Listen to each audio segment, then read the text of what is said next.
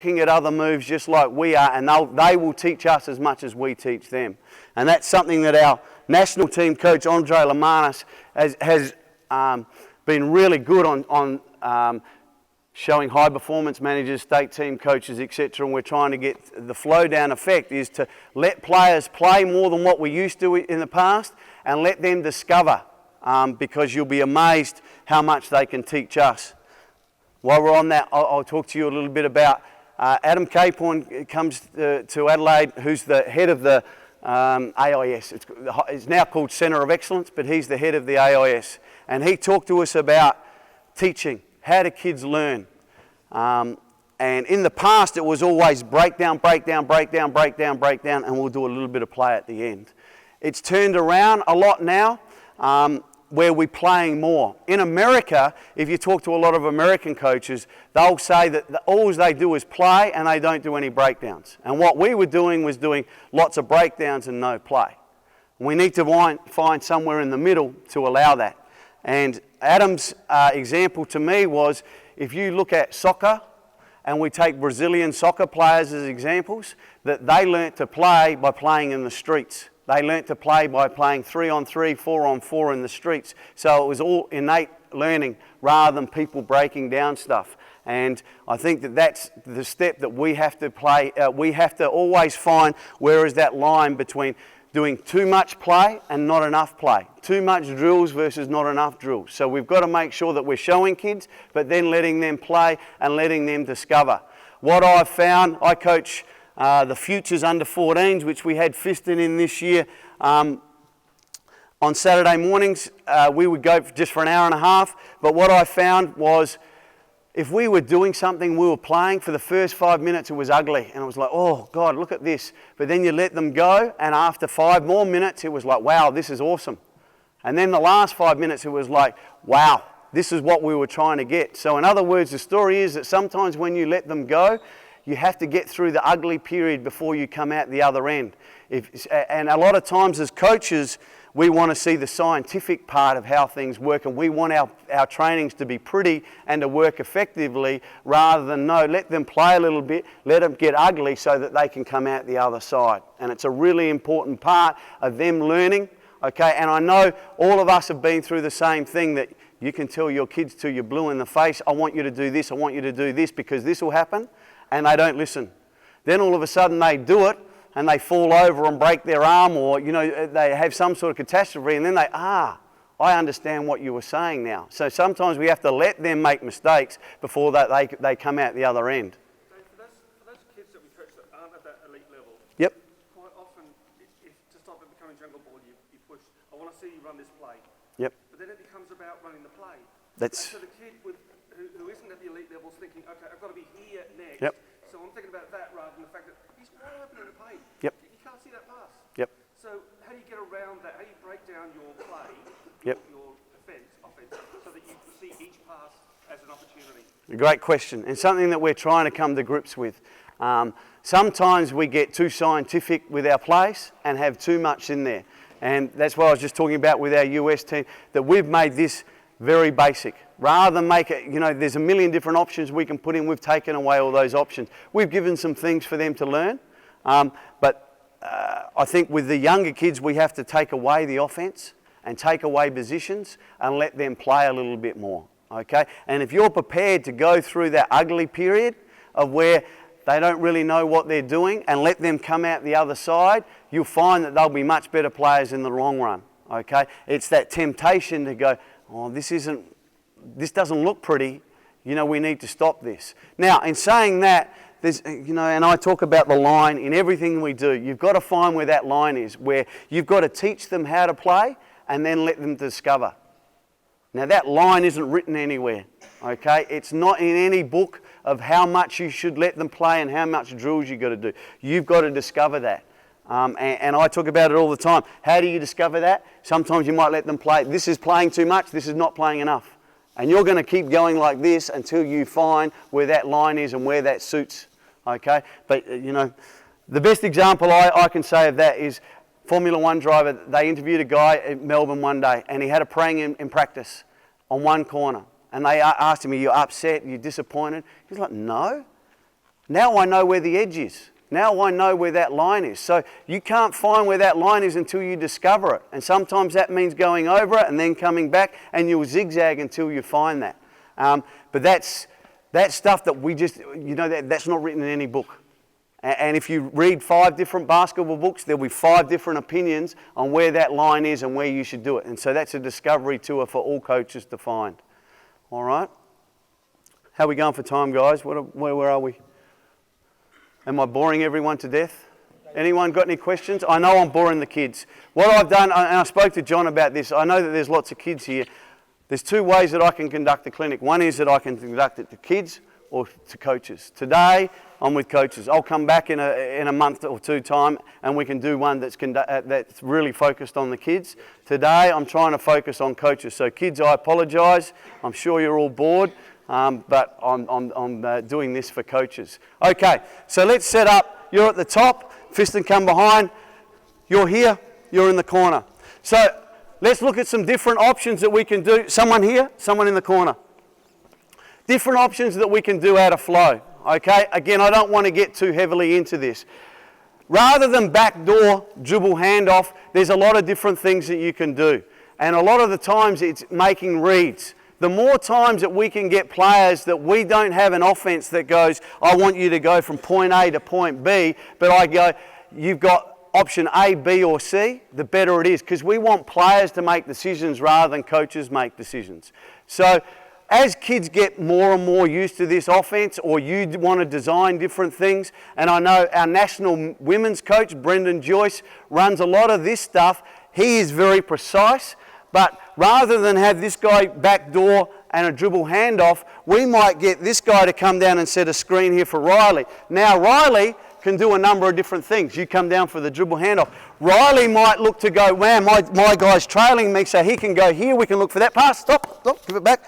We can look for that pass. If that's not on, now he comes out and does the dribble handoff. Okay, come back again. So Riley's in the corner, you come and set the screen. Now Riley comes off of this and goes for the dribble handoff, and you'll dive, because we need someone to end up in the opposite corner. So we can give them different options out of that. Okay? So now we've got dribble handoff. Go back to the top again, come to the wing. As we talked about, you're in the corner, you're on the wing. So what happens is after a while, if this guy keeps backdoor and we do a dribble handoff, his defender's going to stand here. So that opens it up to flip and follow. It's easy for you to pass to that. Now you can come and get this on-ball screen. He comes off. If we do this, he goes around, he dives, we look for that. Now if he can't get that pass, it's because I'm on top here. So now you seal me up. One of the things that I talk about a lot that I don't think we talk about enough is how do you become a good chess player? What's the difference between being an average chess player and a great chess player? Anyone? Anyone play chess? I don't play it, but I've watched my son play Connect Four, and he knows he's always a step ahead of the next move. Correct weight. I don't play chess either, but I gather that's how you become a good chess player, is you've got to think one step in advance. So if you come here and you've got me and I'm denying you here, rather than try and get the ball, you think, I'm going to be one step ahead. So you seal me up here, okay, and not let me get around. Now he comes out of the corner, you pass back to Riley. Now he's got me here, Riley can pass him here, he's going to get a layup at the basket, okay? So trying to think one step ahead is always a really good thing to do. And I'll show you a drill that I think is really good for that in a minute. Go back to the top.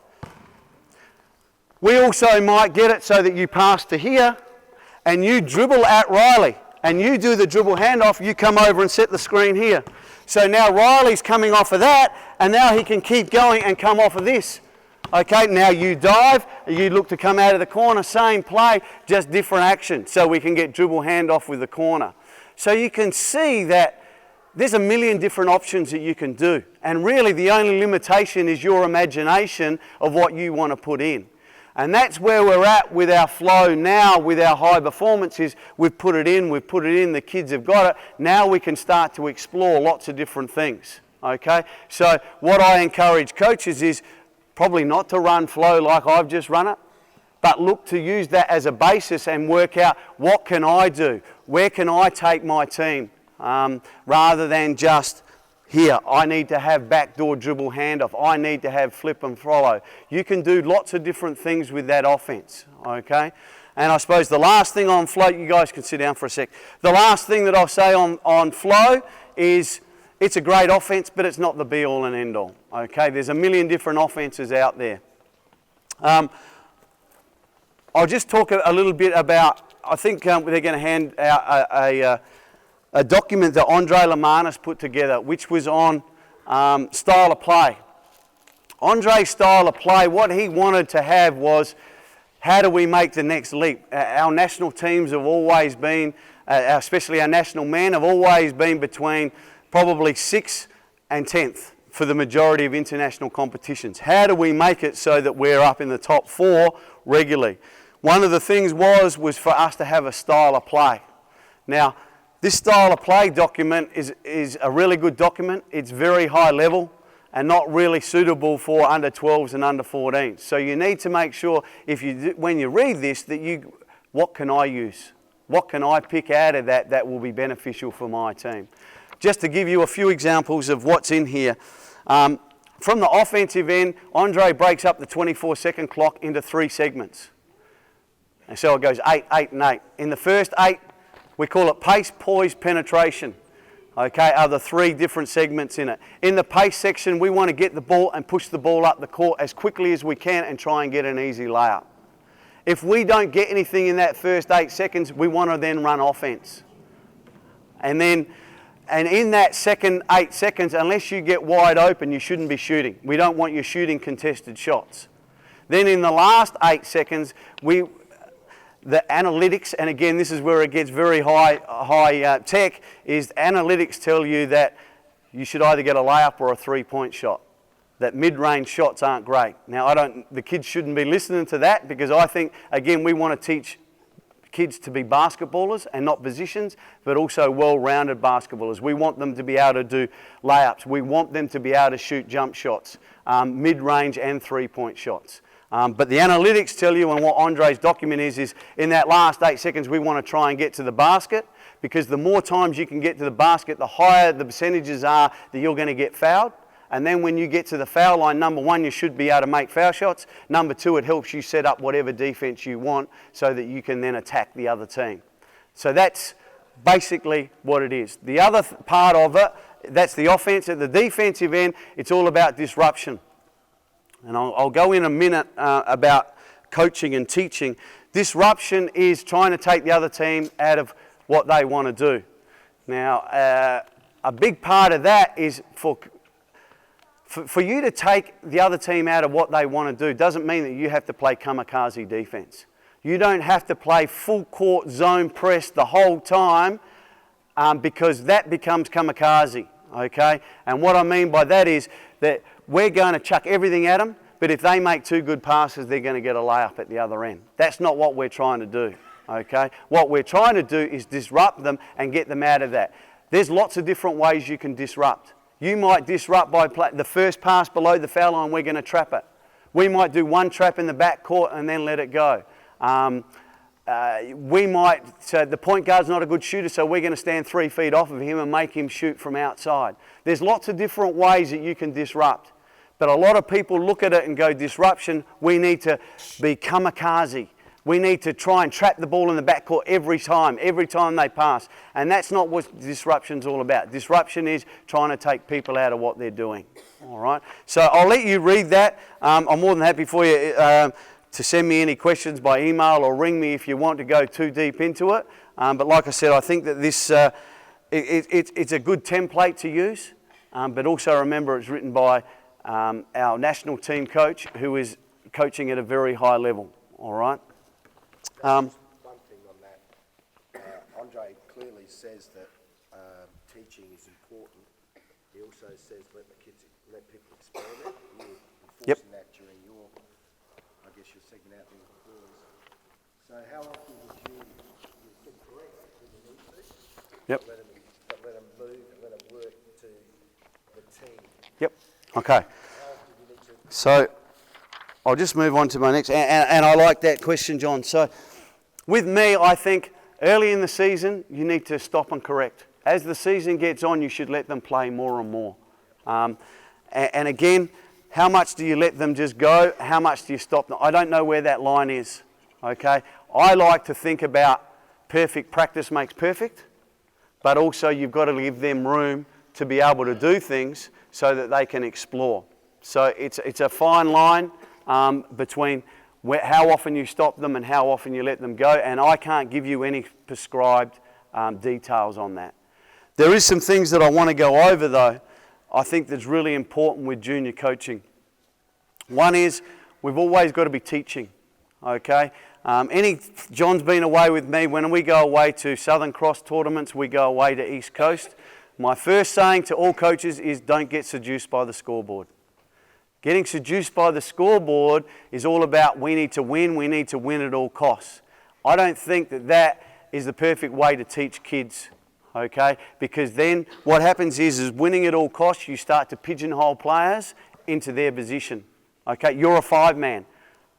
He might end up being 6'1" or 6'2", but he's the tallest on my team right now, so we need you to play 5.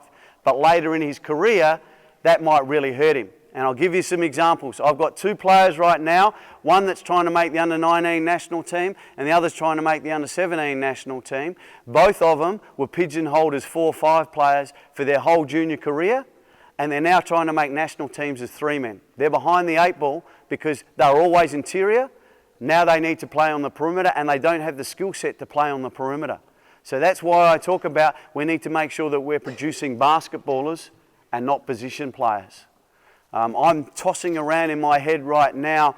I need to come up with a new system, and I'm going to get some of the great minds of basketball, because I'm not one of those, together early next year and try and come up with a system of how we can implement in junior basketball. Now, whether that is that we have different positions and we rotate kids through those positions, or whether we get rid of positions and just play 5 out, I'm not 100% convinced. It might be a hybrid of both. I'm not really sure.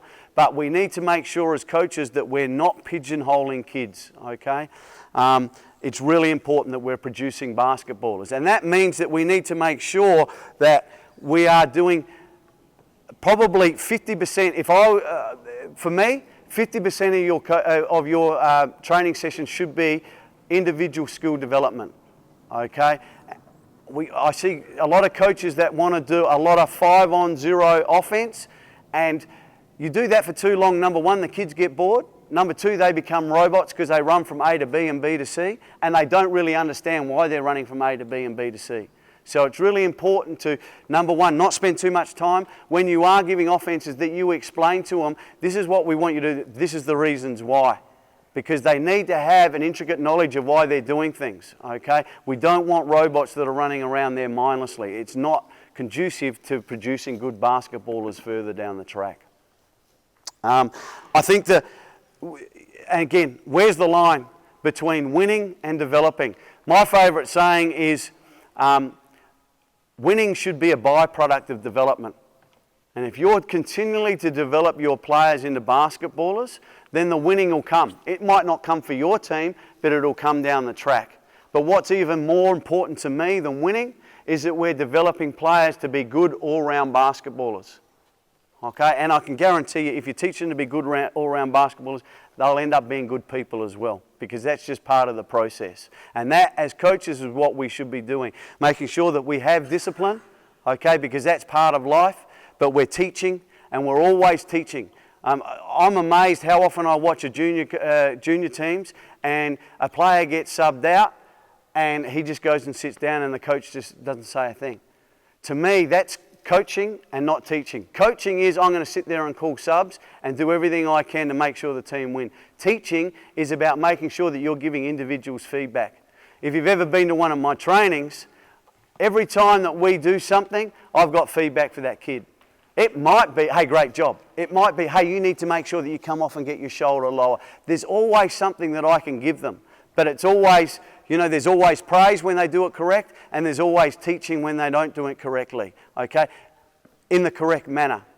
And kids want to be taught, okay? They want to get better. That's why they play the game. There's 2 reasons why I think kids play basketball. The first and most important is they love it.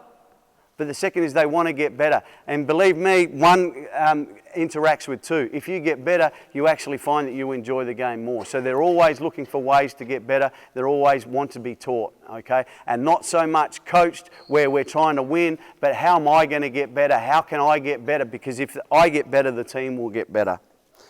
Does anyone have any questions on that? It's one of my big things.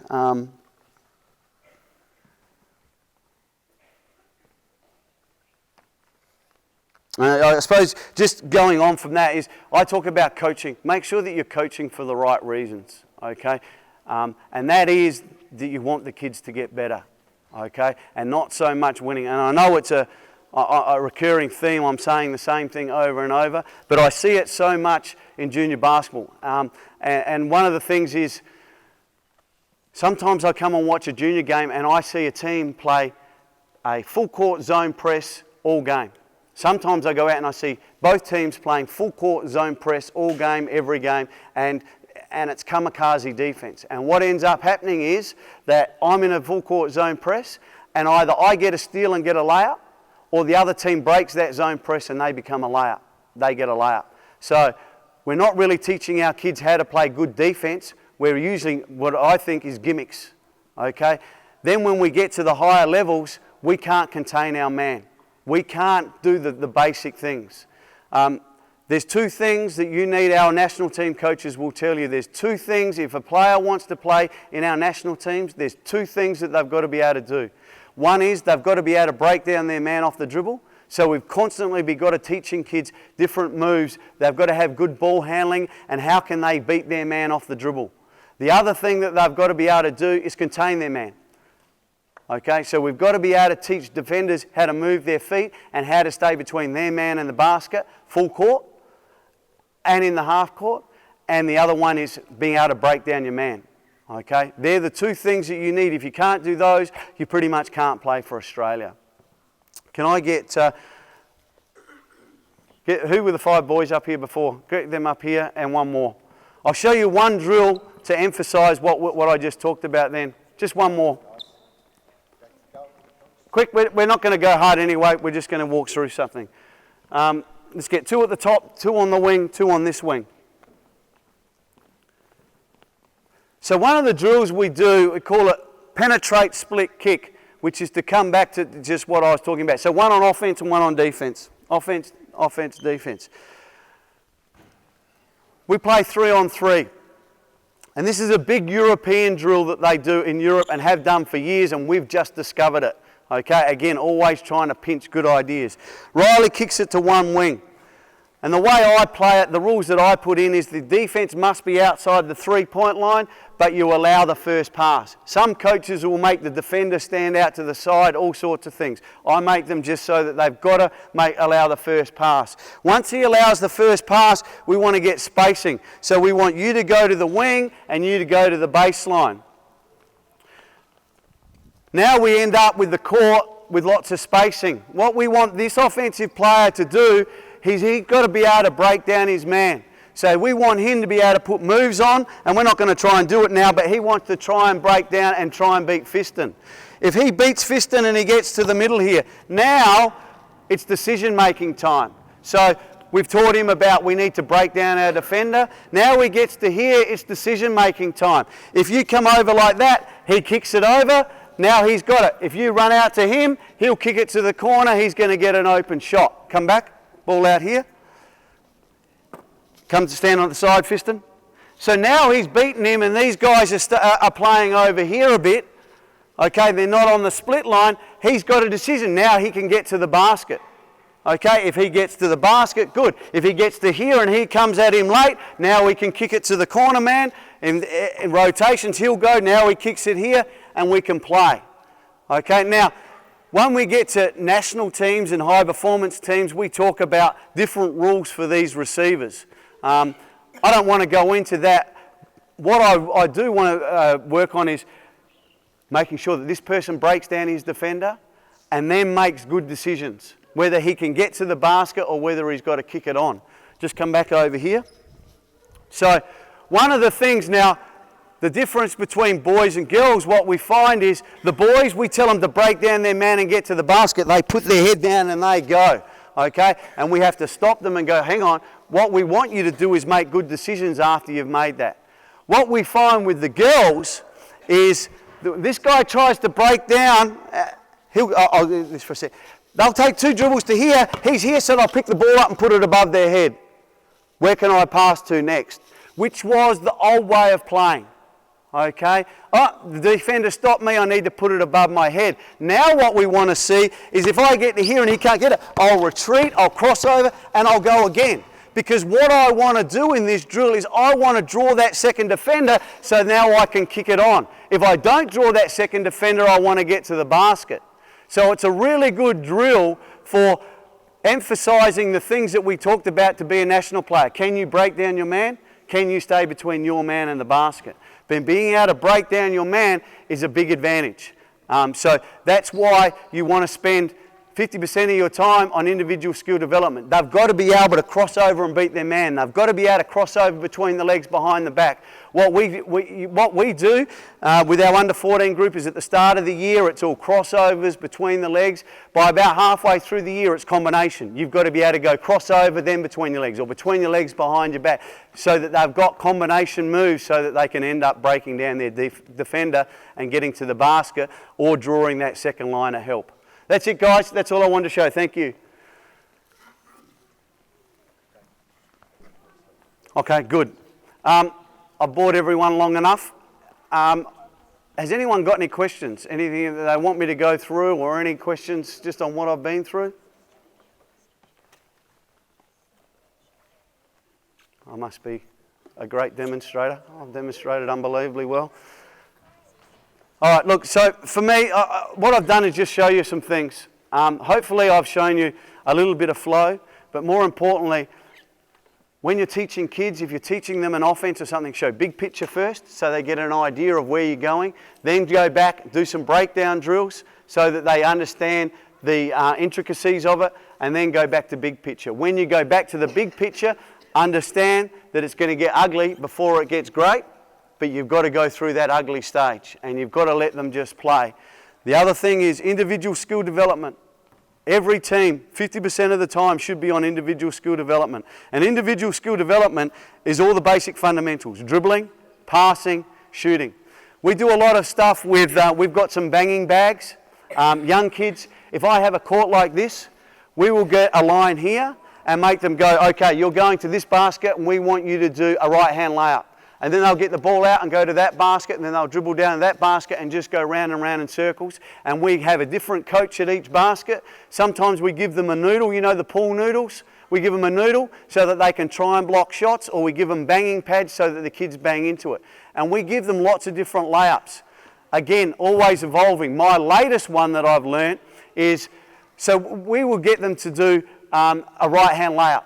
When you do a right-hand layup, you jump off your left foot. Then we'll tell them, okay, we want you to do a right-hand layup, but we want you to jump off your right foot and shoot it with your right hand.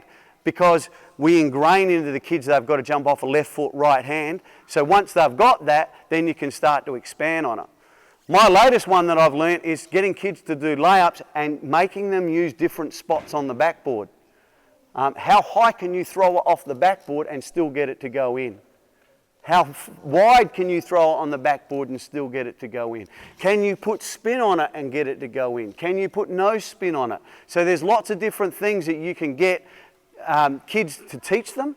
But what's more important is adaptability. Getting the kids to be able to adapt to lots of different things and not have one way to be able to do things. Okay, really important. A great story, I'll finish on this one. So Steve Kerr, I don't know whether you know Steve Kerr, used to play for the Chicago Bulls in the 90s. His job was to sit on the bench and come out and make three-point shots and then get subbed back in. So he had a coach. He used to make him sit on the bench over there during practice, not during team practice, but during individual sessions. He had to sit over there and he had a cup of coffee and a paper. And the coach would go, go! He had to put down his coffee and paper, run out here, shoot a three, and then run back over here and sit down. Read the paper and have some coffee more. Go, bang, he'd go the other end and shoot it. So in other words, he was trying to practice what he did in games. Okay? But it's about adapting. It's about thinking outside the square. Last thing is, coaches, don't be scared to try things, okay? Think outside the square, try different things. If it doesn't work, no problem. We don't do that, or we adjust, we move on. But Andre Lemanis has taught me a really valuable lesson in the last